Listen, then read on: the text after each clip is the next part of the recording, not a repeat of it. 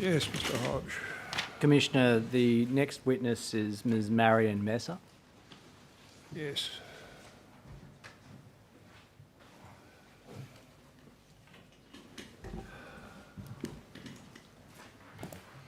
Now, can I ask you whether you would prefer to make an oath or make an affirmation? An oath.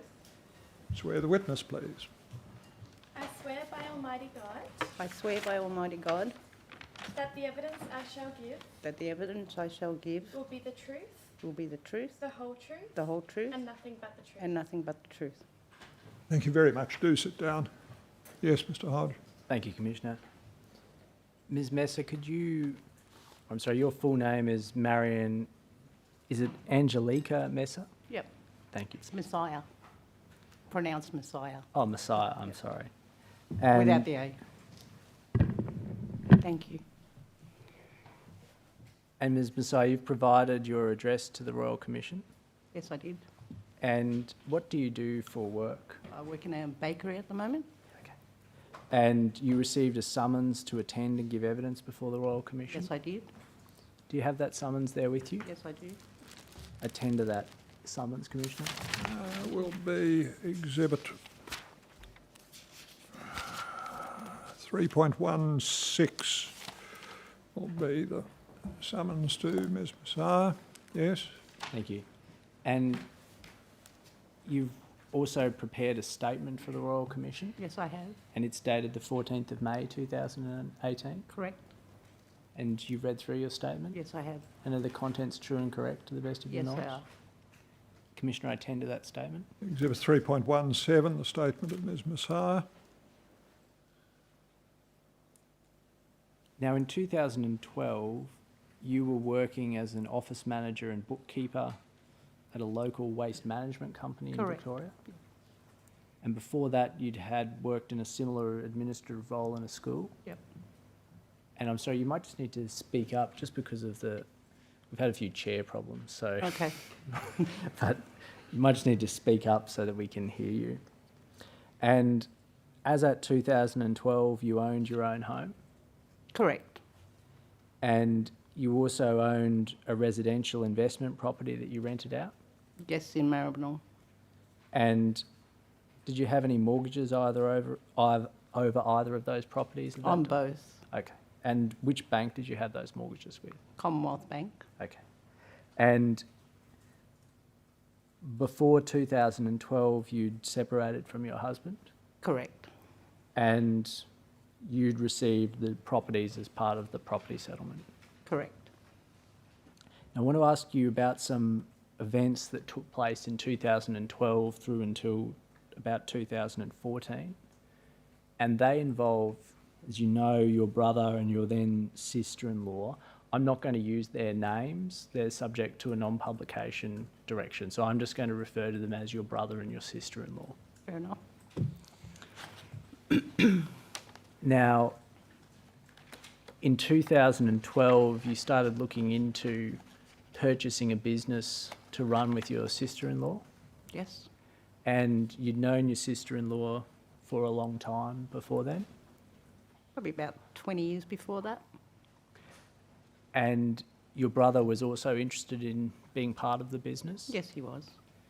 but More as a silent, he would continue to work where he's working, but he would also be part of the business as well. it would mainly be you and your sister-in-law that would run the business. Yes. And why did you want to run your own business? Personally, I wanted to have a change in life because I'd always been doing office work and bookkeeping, a change of direction, hopefully run a business, earn some money, retire early. And were you particularly interested in looking at buying a food franchise business? Food, yes, not... Yeah, probably food more than anything else, yeah. All right. And were you interested in particular in a franchise? We didn't start off thinking about getting a franchise. It was just as it came up and what came up, we ended up going for a franchise. And was your sister-in-law working at the time? Yes, she was. What was her job? She was also an office manager. All right. And your brother was self-employed? Yes, And what was his job? mechanic. Mechanic, did you Yeah. say?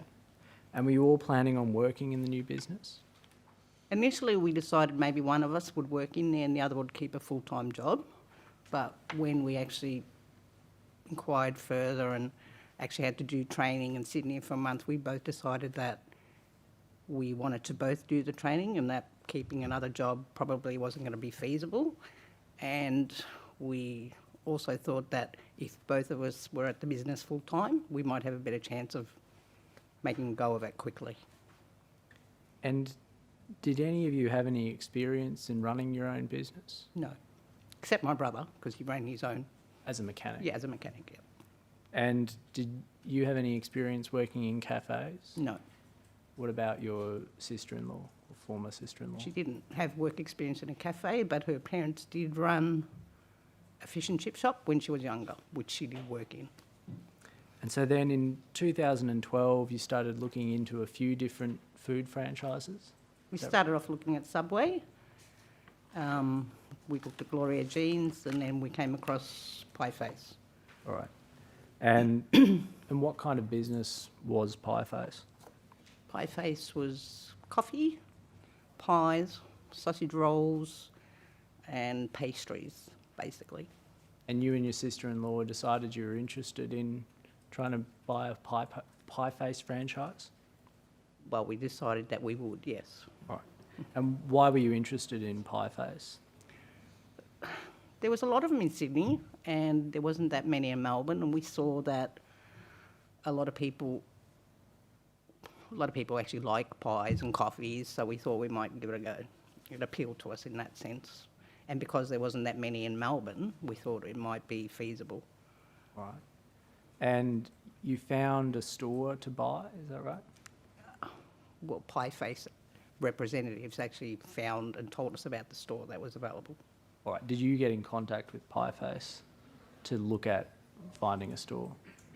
When we met with them, it was their responsibility to let you know what was available to purchase. All right. And they let you know that there was an existing Pie Face Yep. store that was for sale? In Werribee Plaza. And after you spoke to the Pie Face representative, did you speak to the existing owner of the store? No, You only dealt with the Pie Face correct. franchisor. And you incorporated a company for the purpose of purchasing and running the store? Yes, we did. And you had an accountant that helped with incorporating the company? Yes. And was the accountant your accountant? No, it was my ex-business partner's accountant, Your sister-in-law's accountant? sister-in-law's. And can you recall what the purchase price was for the Pie Face store? $330. All right. And could you obviously need to take out a loan in order to buy that? Yes, we did.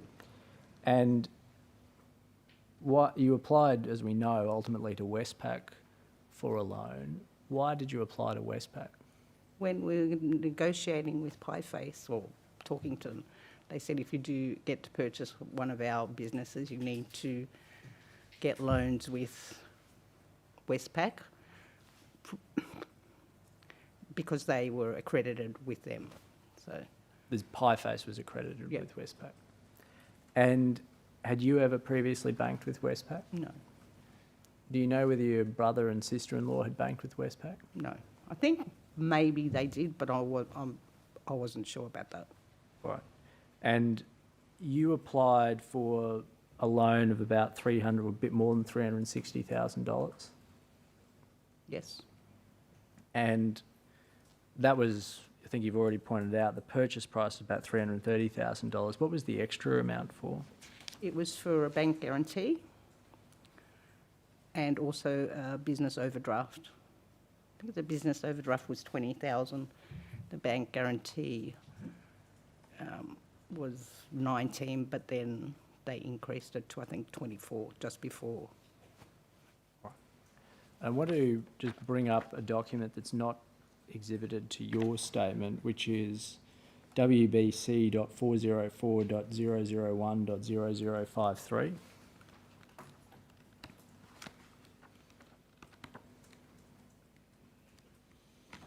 And this should be, if we just turn over the page, this is the loan application form that you completed. Yes. And if we just go over the page again, can you just tell us whose handwriting is this? That's my sister-in-law's handwriting. Okay. But did you and she complete this application? Yes, we did. You completed it together? Yes, we did. All right. She's got neater handwriting than me, that's why she completed it. All right. And the amount that's applied for there, you can see is, I hope it's clear enough, $362,500. Yep. All right. Commissioner, can I indicate, I can tender that document now, but it's part of an exhibit to, or it is an exhibit to Mr. Welsh's, another of Mr. Welsh's statements, and he's going to appear tomorrow, so I'm And leave content it. to just deal with it then. And unless there's some pressing need to tender it now, leave it.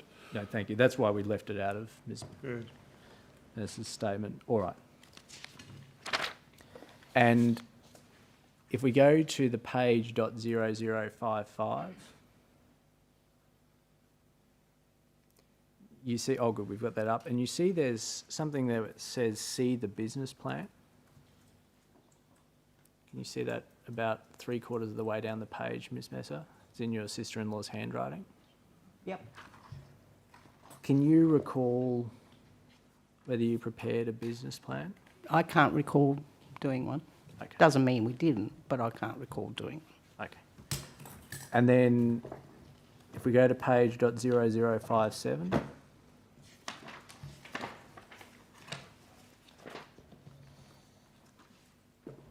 so this explains the purpose of the loan is to purchase the pie face store. Yep. And then if we go to page .0066, you provided various information, and your sister-in-law did, about your assets and liabilities. Correct. And you had to provide Westpac with some other documents to support your application? Yep. And can you remember what kinds of documents? I think it was the rental agreement for my property, probably a tax lodgement, the most recent one. Other than that, I can't remember. All right. And I think, did you a profit and loss statement or something like that, or a projected profit and loss? Not that you can recall. No, I can't remember producing that. And then, if we then talk about what just happened with your loans, what happened with the loans in relation to your home and investment property? Recently? No, at the time when you were borrowing the money from Westpac for the business. I had to I had to move over to Westpac to get the loans, and I had to be a guarantor for my investment property as part of the business loan. And why did you need to move your loans over to Westpac? As a requirement with Pieface, they said we had to bank with Westpac to get the business loan. Okay. And that's not something you recall Westpac having said to you? No. All right. And then you moved the home loans over, and Westpac had mortgages registered over your home loans? Yes. And you also gave... Over the investment property. Over the investment Yep. property, and you also gave a guarantee of the borrowing? Yes. And before the loan was approved, you had to pay a deposit on the sale contract. Do you recall that? I think that was actually in the loan for the, All right. part of the loan. We never used our own funds to do that. Right, it all came from Westpac. From the borrowings, yeah. Right. And do you recall that you got, I'll just list out a few things, a business loan, an overdraft, the bank undertaking for the rental deposit, and a business credit card? Yes.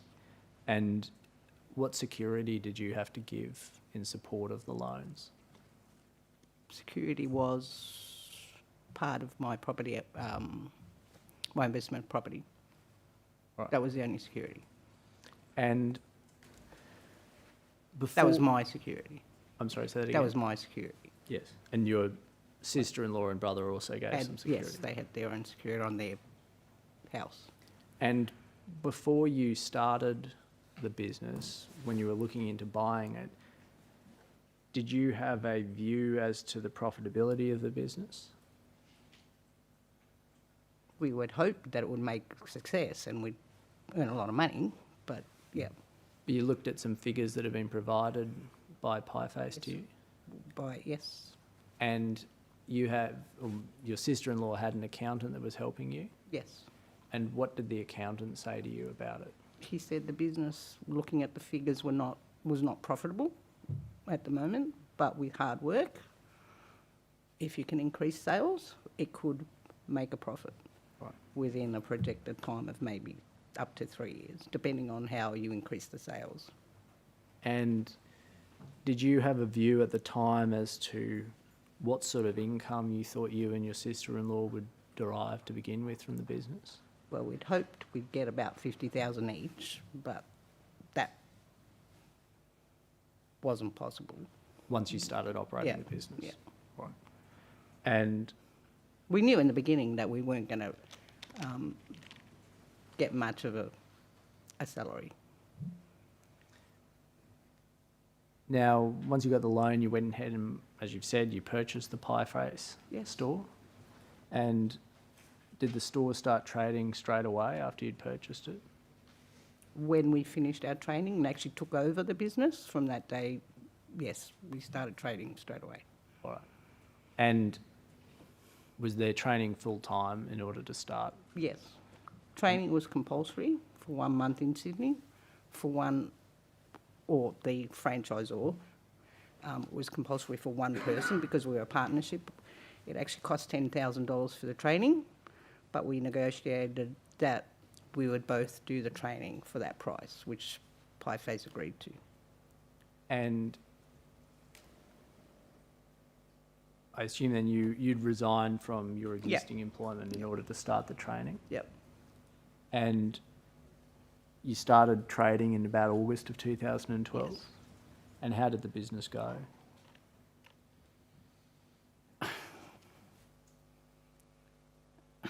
If we earned $500 in a week, it was a miracle. That was at the beginning.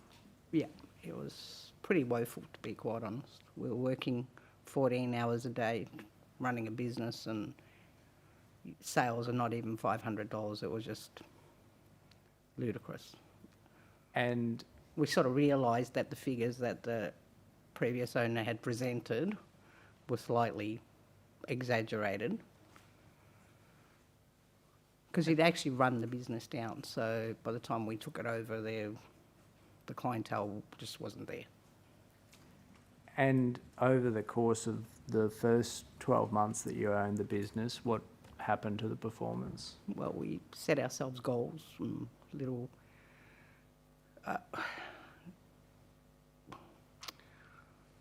achievements to aim to, like $500 a week just isn't going to cut it, because we also had my daughter working there as well as manager if we weren't there.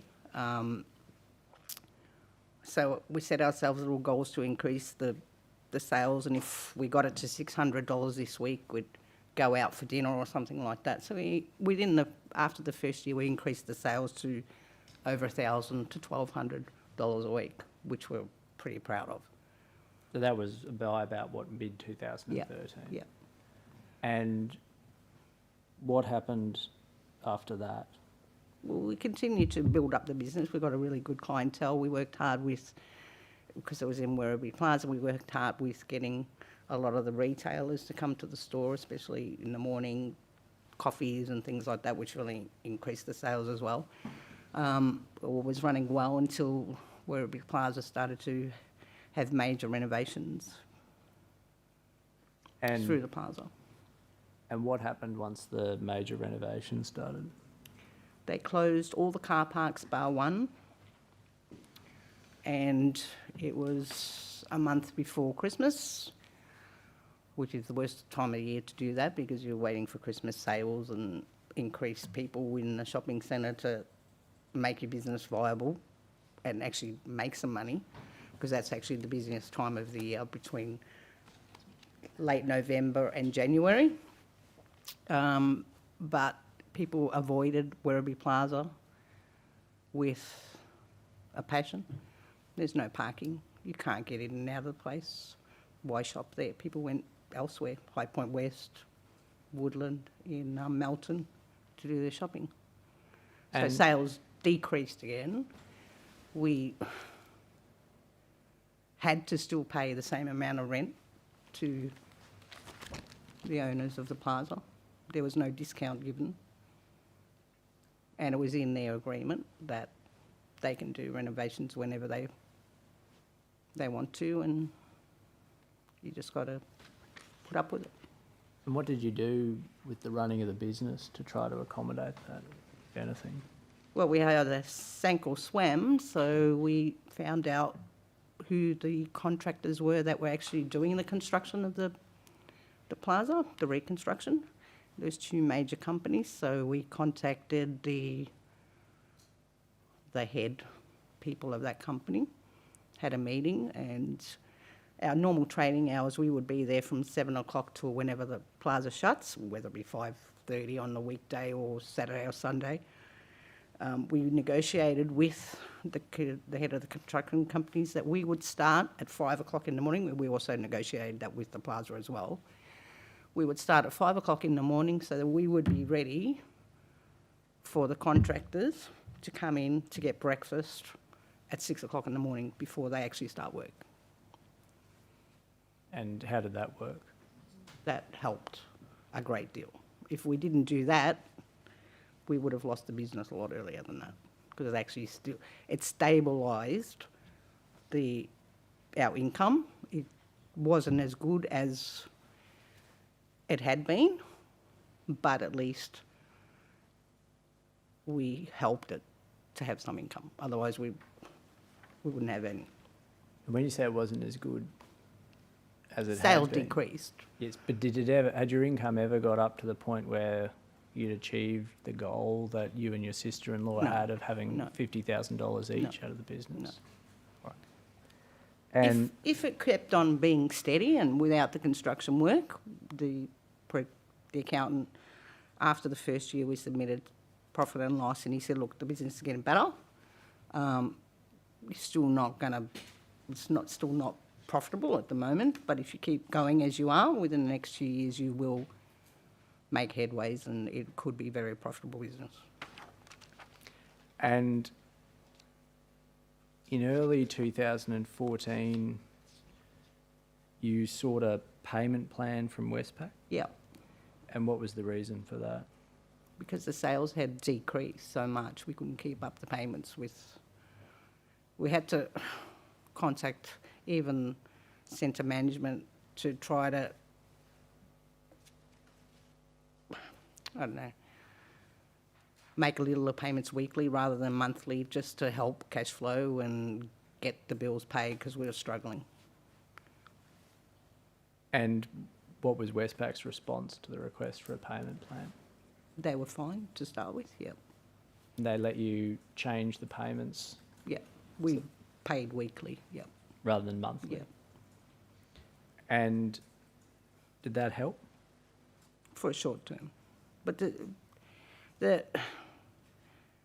the impact the construction had on the business, and not just our business, was all the businesses within the plaza, was just, it was very hard to come back from that.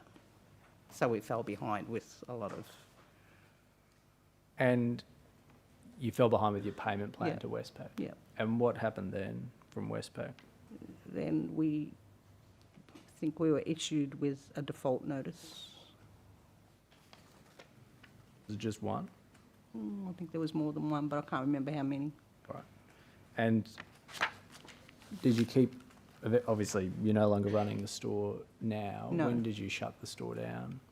I think it was either November 2015 or 14. Can't remember the exact date. Was it when- Pieface actually went into voluntary receivership, so we had a meeting with all the other franchisees in Victoria, and there was an option that where we could actually get out of the lease with the plaza if we acted within a week and a half. We had like till the end of November to actually be right out of the store. Otherwise, we'd be up for the lease with the plaza as well for the next 3 years, which we couldn't afford. And so you shut the shop. Yes, we shut the shop. We November took what we can over the weekend, coffee machine, ovens, whatever we purchased, but the actual fit out of the shop, which was actually ours, which we owned, we had to leave there because we were not allowed to, because it was a 25 square metre shop just in the food court. So you had barriers, like benches around, and that was actually fixed into the tile section of the food court. So if we wanted to take all that with us, we'd have to have it fixed by the Monday morning trade. Was not going to happen. Right, so you shut the shop, and then at some point you applied for hardship assistance Yes. to Westpac? Yep. And was that because you couldn't make the monthly repayments? Yes. And Because I wasn't working at the time, and either was. your sister-in-law? Yeah. And Westpac approved the hardship application? Yes. And they suspended your repayments for a period of time? Yes. And eventually that suspension came to an end? Yes. And had you found a job by then?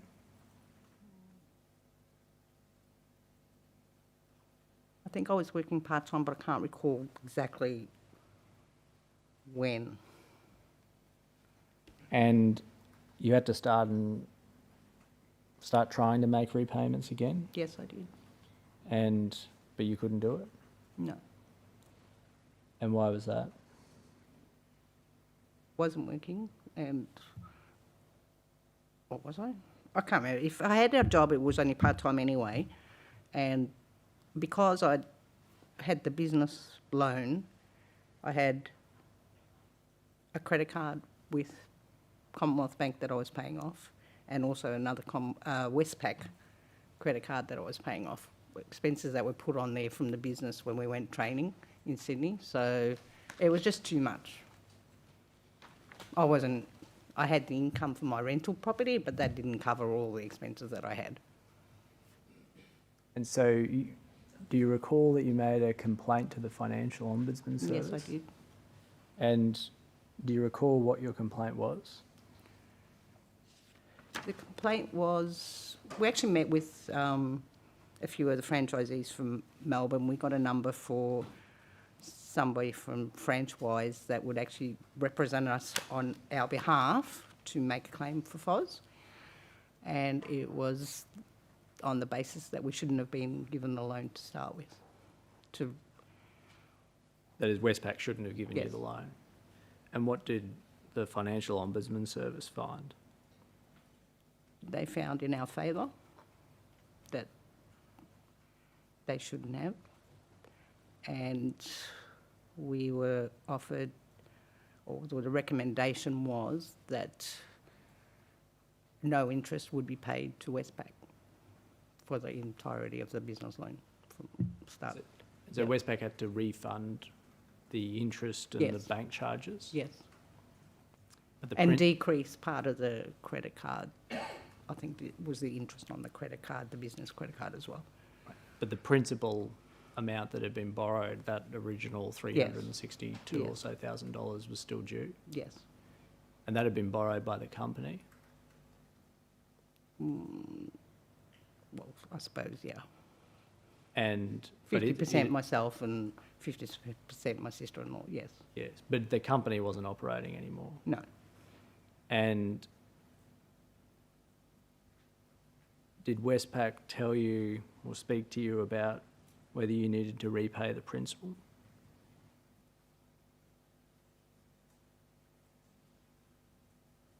Yeah. I mean, in any event, you knew you had to repay the principal. So I have to repay it, yeah. And did you repay the principal? Yes, I did. And what did you do? I had to sell my investment property not just because of the business loan. I couldn't afford to pay anything, and I was working full-time. I actually had to quit my job because my mum got very ill. She got encephalitis of the brain, and she was in hospital for 3 months. So I had to spend time with her, so I couldn't work. And the letters and the phone calls from everybody wanting money just got too much. So I decided to sell my investment property. The other thing was I was not entitled to Centrelink payments because I am the investment property. I couldn't access my super because even as a hardship case, because I wasn't on Centrelink for 6 months. So basically I said to them, well, you're going to let me starve to death, even though I've got no money.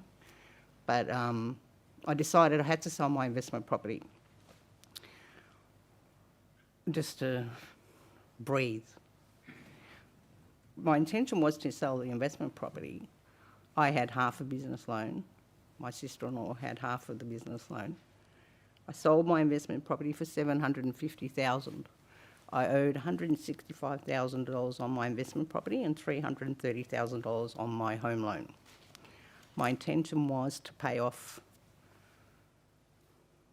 the investment property, my home loan, and my share, $65,000 for my business loan to Westpac. I signed a form to release my property, and on that it said that any surplus funds that I had, meaning the $165,000, would be put into my everyday savings account, which would have been about $170-something thousand, and all my debts would have been paid off, the credit cards, everything.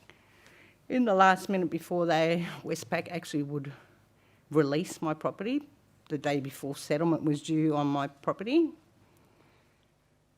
I get an email saying, no, we are not going to do that. We are going to take 100% owing on the business loan from the sale of your property, which clearly shattered me because that was not all my debt. So unless you come up with some kind of proposal to pay off the balance. So my ex-sister-in-law sent a proposal to Westpac to pay them $150 a week. At $165,000, they obviously laughed at that and said no. So they refused, and when settlement happened on my property, they took it all, Pay off all of the debt.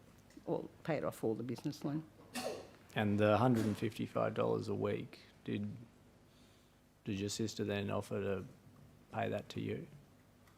No, she's paying me $120 a week. And you made a second complaint to FOS? Yes, I did.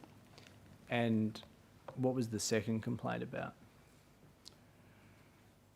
The second complaint incorporated the issue about the bank taking 100% of the loan, but also when I actually made the complaint to FOS, from the date of lodgement, Westpac were notified that I had made a claim. I was receiving text messages from Westpac wanting money for the payment of my credit card on a weekly basis. And when you make a complaint to FOS, Westpac or the bank is supposed to stop contacting you? Correct, which FOS advised me of, which I knew from the first case. So when Westpac continually sent me text messages, I rang FOS and explained what was happening, and they got onto them straight away. And they FOS stopped after that. FOS got onto Westpac? Yeah. And then the text messages stopped? Yes, they did. And how did you find dealing with FOS? FOS, they're a really good organisation. They were very helpful. Nothing was too much work for them or too hard for them to do. They listened to everything and, helpful in actually making the claim to start with, giving directions and things like that. And every time I had to ring somebody, they were They're wonderful, wonderful people. And FOS found against you on whether Westpac was entitled to take all of the money to pay down the Yes. business loan? But they found for you in relation to the collection notice? Yes. Right. Well, in the FOS recommendation, it said that Westpac were entitled to take that full money. Sorry, they were Yeah. entitled to take that money? Yeah. That's the Because first thing. Because, yeah, But the second thing is they found against Westpac on the sending of the collection Yes. notices. And did they make an order in your, or direction in your favour? yes, they did. And what was that? Westpac had to pay me a certain amount for each text that I received. It was $6,750 for stress and inconvenience. They also closed my bank account, which they shouldn't have, which they were charged $250 for as well. And how did receiving the text messages and contacts, how did that affect you? Overwhelming and just stressful. It's the worst time of my life.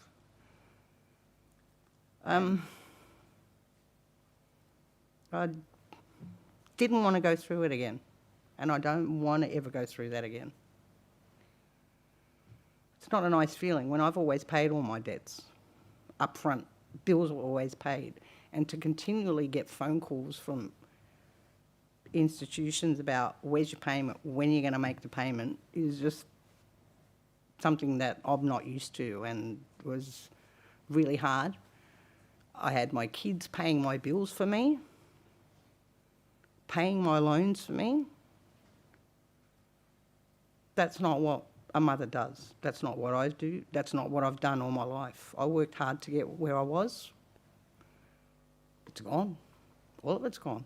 I still owe money when I should be retired by now, but I still owe money.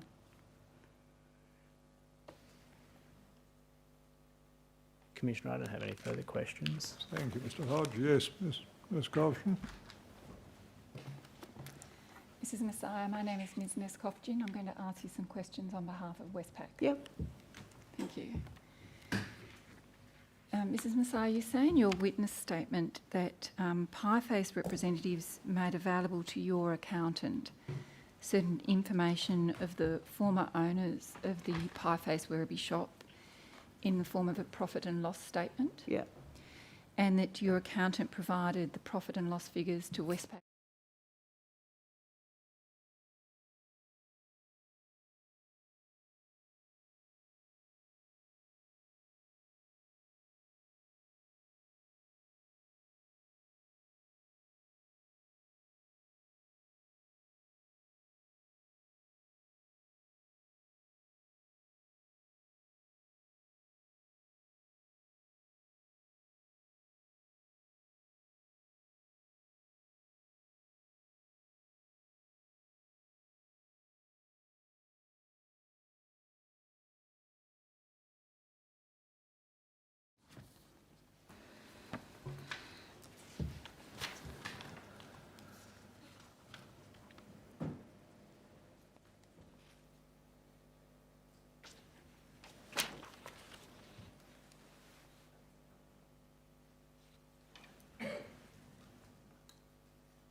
It's an exhibit to Mr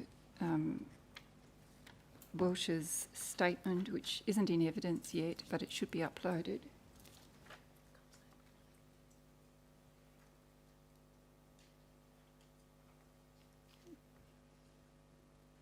I ask where this is going, Ms Niskovshin. If you don't want to answer that with the witness can leave the room.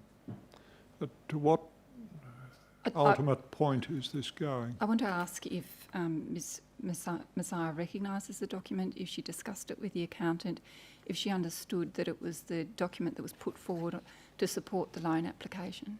She might not know. Let it I have all be seen- just a moment. Let it be all assumed that those answers flow in the way you would hope they flow. What follows from that? The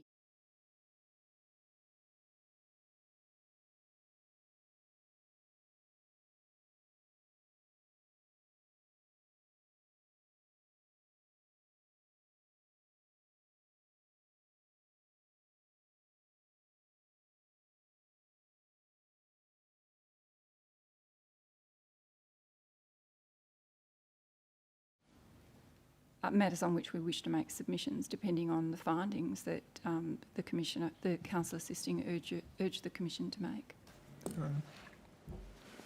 Go on. Mrs Messiah, do you recognise this document? I and- have seen the document, yes. Is that a document that you discussed with the accountant? I can't recall, to be quite honest. I have seen it. Whether or not I discussed it with the accountant, whether or not I discussed it with my sister-in-law, I don't know. But I have seen the document. Did you have discussions with your accountant, or did you leave that to your sister-in-law? I left most of the discussions with my sister-in-law. Did you understand from the accountant or the sister-in-law that these cash flow projections were put forward on behalf of Marjo, the company that you incorporated, to support the business loan application? I don't recall. Thank you.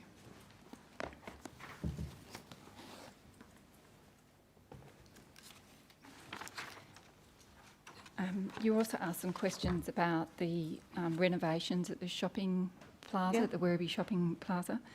And I just want to get the context correct. The car park that you said was closed around Christmas, that was Christmas 2013, is that correct? I'm not sure what year. Well, the renovations, didn't they start in early 2014? Yes, And then they continued for most of 2014? yes, And they're what you described as major renovations? yes. And I understood the effective evidence to be that it affected the foot traffic through the centre and therefore the number of customers and Yeah. sales? Thank you. Was there also an issue in about mid-May 2014 where you had another cafe open next to your kiosk or near your kiosk which also affected sales? Yes, it was Jamaica Blue. That lasted 2 weeks. And then it closed down, did it? No, they were still there, but the effect of them opening only lasted 2 weeks. Okay. A lot of our customers went there, but after 2 weeks they came back to us. And you mentioned the pie face going into voluntary administration in late 2014.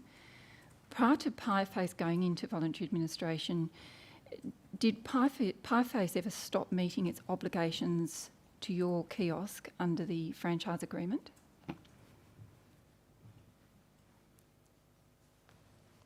What has obligations been to you? Well, The Pieface weren't very of much assistance whatsoever. You get in there, you run your business, they tell you what you have to sell. There was no support, there was no marketing done by Pieface. did they provide you with advertising material? A little on the front counter, yes. And they provided you with the pies and pastries and sausage rolls We and had to things? purchase those, yes. But they didn't ever stop doing that? No. One final matter, Mrs Messiah, you said that you asked some questions by Mr Hodge about repaying the business loan, Yep. and you said that you asked whether or not your sister-in-law had made an offer to pay you back $155 a week, and I think you corrected that to say the amount's $120 a week, That's what she pays me now, and yes. so she's trying to repay you her share of the business Yes. loan. Thank you. Thank you, Commissioner. Yes. Mr Hodge? Nothing further, Commissioner. Could the witness be excused? Yes, thank you for coming, Ms Messiah. You're excused further attendance. Thank you. 9:45 tomorrow. Thank you, Commissioner.